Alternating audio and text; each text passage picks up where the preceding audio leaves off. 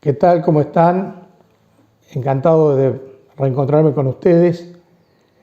La última semana de septiembre se cumplieron 480 años de la fundación de la Compañía de Jesús, por parte de Ignacio de Loyola y un grupo de seguidores. Así que hoy el tema va a ser ese, el arcón se va a abrir para dar paso a este personaje que, según algunos historiadores, ha sido uno de los más importantes del siglo XVI. Bien, Loyola nació con el nombre de Íñigo, después va a asumir el de Ignacio. Íñigo de Loyola nació en Loyola, en Azpeitía, Guipúzcoa, que es parte de los Países Vascos, en 1491. En 1507, ya siendo un adolescente avanzado, su padre lo manda a Arévalo, Castilla, a la casa del contador real, para que tuviera una aproximación a la educación de las cortes, que era la que mejor ofrecía España en esa época. En 1517, muerto el contador real, la viuda lo envía a encontrarse con el duque de Nájera, que era en ese momento virrey de Navarra. Navarra había sido ocupada por España algunos años antes, siempre fue una especie de bisagra entre España y Francia, que alternativamente perteneció a uno u otro lado. Él va allí a trabajar con el virrey, interviene como militar en pacificaciones porque había levantamientos en razón de que los navarros no estaban de acuerdo con su sometimiento a Castilla, y va ganando prestigio militar en esas acciones. En 1521, aprovechando los levantamientos de las comunidades en España contra el rey Carlos I, por la influencia excesiva que según los castellanos habían asumido los funcionarios provenientes de Flandes, donde había nacido Felipe el Hermoso, el padre de Carlos I, en la ciudad de Gante, se produce una serie de levantamientos. Francisco I de Francia, rey de Francia, aprovecha esa circunstancia para mandar un ejército que apoya la sublevación navarra, y ahí se produce una guerra, que en definitiva Francia termina ocupando los territorios de Navarra.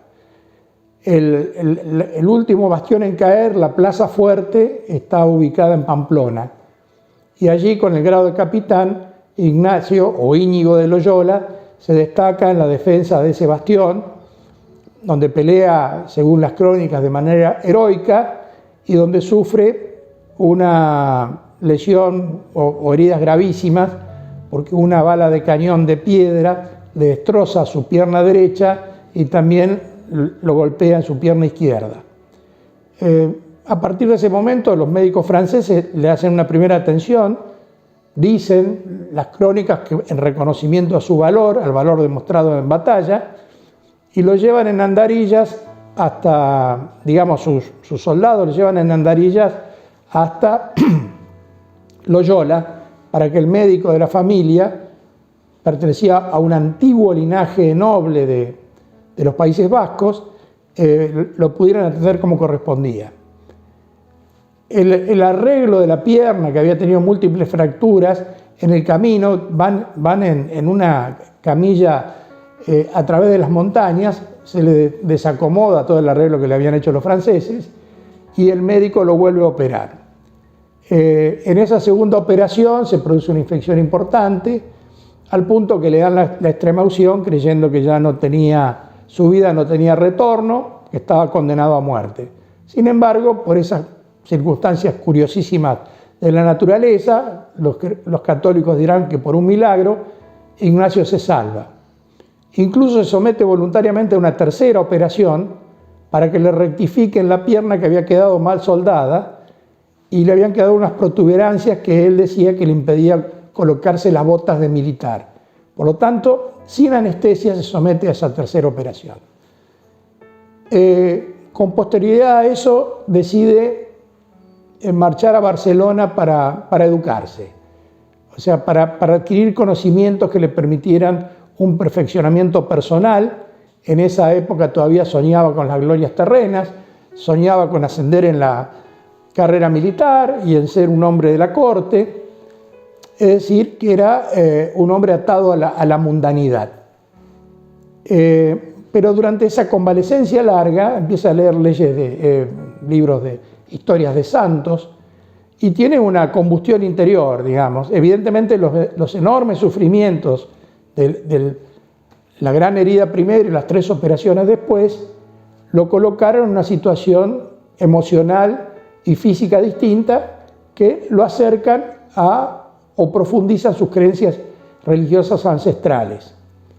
Marcha entonces a Barcelona, allí se aloja en un convento benedictino y allí empieza su gran transformación, al punto que termina colgando su armadura frente a un cuadro de la Virgen María, y es el momento en el que cambia la polaridad y deja de ser soldado para abrazarse a la vida religiosa. Tanto que sale del convento benedictino solo vestido con un sayal de tela muy pobre y descalzo, y empieza a peregrinar. Se va a Manresa y se interna allí en una cueva, en una caverna, donde va a permanecer durante 10 meses en oración, meditación, abstinencia, ayuno, como hacían los anacoretas, los eremitas, y ahí ya directamente avanza en el diseño de lo que van a ser los ejercicios espirituales, que son la manifestación de la futura espiritualidad ignaciana. Salido de allí, va a la Universidad de Alcalá de Henares, porque entiende que todo lo que le estaba pasando interiormente y lo que él necesitaba comunicar, esta nueva espiritualidad, tenía que tener algún sistema, digamos, de contención, de encuadrar en el conocimiento, para poder llegar mejor a quienes lo escuchaban. En Alcalá no le va muy bien, ya era un hombre mucho mayor que el promedio de los estudiantes, que además vestía muy pobremente, casi en harapos, y andaba descalzo, y predicaba lo que él había descubierto dentro de sí en la cueva de Manresa. Por lo tanto, es mal visto por las autoridades. De allí se va a la Universidad de Salamanca. En Salamanca le va mucho peor, porque lo toman como un personaje extraño y probablemente un tanto alucinado. Termina en la cárcel, finalmente lo liberan y decide irse a la Universidad de París, que junto con la de Bolonia se disputa la mayor antigüedad, digamos, de una universidad en Europa, para estudiar en serio. Y efectivamente allí se queda cerca de 8 años, se titula en Artes y en Teología, y en 1534 ponen la piedra angular de la Societas Jesu, que va a ser la base de la futura Compañía de Jesús. Lo hacen en un lugar muy especial, en la colina de Montmartre, de la cual ya hemos hablado, en la cripta de San Dionisio, que es el lugar donde fue martirizado en el siglo III de nuestra era Saint-Denis, o San Denisio, el primer obispo de París, y que queda en el subsuelo de la iglesia de San Pedro de Montmartre, de la cual ya hemos hablado. Bueno, allí se juramentan en despojarse de las cosas del mundo, dejar de lado las atracciones del mundo y consagrar su vida plenamente a Dios. Termina sus estudios, él vuelve a Loyola porque es un hombre que va a seguir padeciendo enfermedades periódicas. De allí después viaja a Venecia en 1537, se junta en Venecia con sus ex compañeros de París, entre los cuales está San Francisco Javier, Pedro Fabro, Diego Laínez, que va a ser su seguidor como general de los jesuitas, Simao Rodríguez, Bobadilla, Salmerón, en fin, un conjunto de religiosos, porque ya todos allí en 1537 se, consagran al sacerdocio, y al año siguiente presentan en el Vaticano la constitución de la orden, lo que serían los estatutos de la orden, que en 1540 son aprobados por el Papa Pablo III, que esa es la fecha que en este momento se está celebrando. los 480 años. Y quedan habilitados para salir a misionar por el mundo. Inmediatamente él manda a sus acólitos, a sus compañeros, digamos, a misionar tanto en Europa como en Extremo Oriente. Francisco Javier va a Japón, Richie va a China, y otros empiezan unos años después a dispersarse por América. En América llegan primero a Brasil. El padre Anchieta y el padre Nóbrega participan de la fundación de Sao Paulo, o sea, de lo que hoy es la monumental ciudad de San Pablo, en 1554. En 1568 llegan al Virreinato del Perú, en 1572 llegan a México, en 1587 pasan por nuestra ciudad de Santa Fe, en 1608 se radican en el Río de la Plata, en 1610 crean en Santa Fe el padre del Valle y el hermano Sigordia la primera escuela jesuítica de la Argentina, que hoy está continuada por el Colegio de la Inmaculada Concepción y es el colegio más antiguo del país.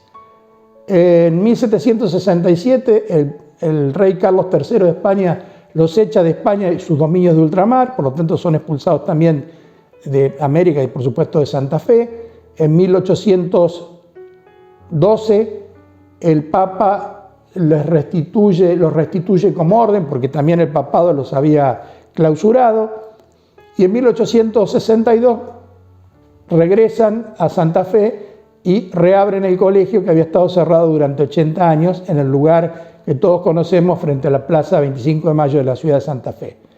Allí en la parte alta está el observatorio meteorológico, que fue un observatorio de referencia para toda la región. Y acá, junto a mí, tengo una réplica de una de las cartas meteorológicas que los jesuitas hacían a fines del siglo XIX y comienzos del XX. Esta es un resumen de 10 años, desde 1902 hasta 1911, del mes de julio, y están todas las variantes del clima, los días de máxima, de mínimas, las mínimas extremas, las máximas extremas, todos los fenómenos de vientos, la condensación de las lluvias, las tablas solares, la heliofanía del lugar, etcétera, etcétera. Todo esto está hecho a mano, ¿no? Los códigos de barras que ahora se hacen tan fácil con los ordenadores, en esa época era todo un trabajo manual, y es parte de lo que significó el regreso de los jesuitas a Santa Fe como institución educativa. San Ignacio, como buen estratega, utilizó la educación como base de su expansión por el mundo. O sea, era la prédica del Evangelio, pero sobre el fundamento de la iglesia, de la escuela, del seminario, de la universidad y de los colegios. A través de la educación entraba a los chicos, la educación era gratuita, y a través de los chicos a las familias. Y con eso consiguieron consolidar un poder extraordinario, que es lo que los va a llevar al rey Carlos III en 1767 en suprimirlos como orden dentro de sus dominios, debido al enorme poder que había asumido la Compañía de Jesús. Bien, resumen rapidísimo de 480 años de la fundación de esta orden, que ha dado que hablar y sigue dando que hablar en la historia del mundo.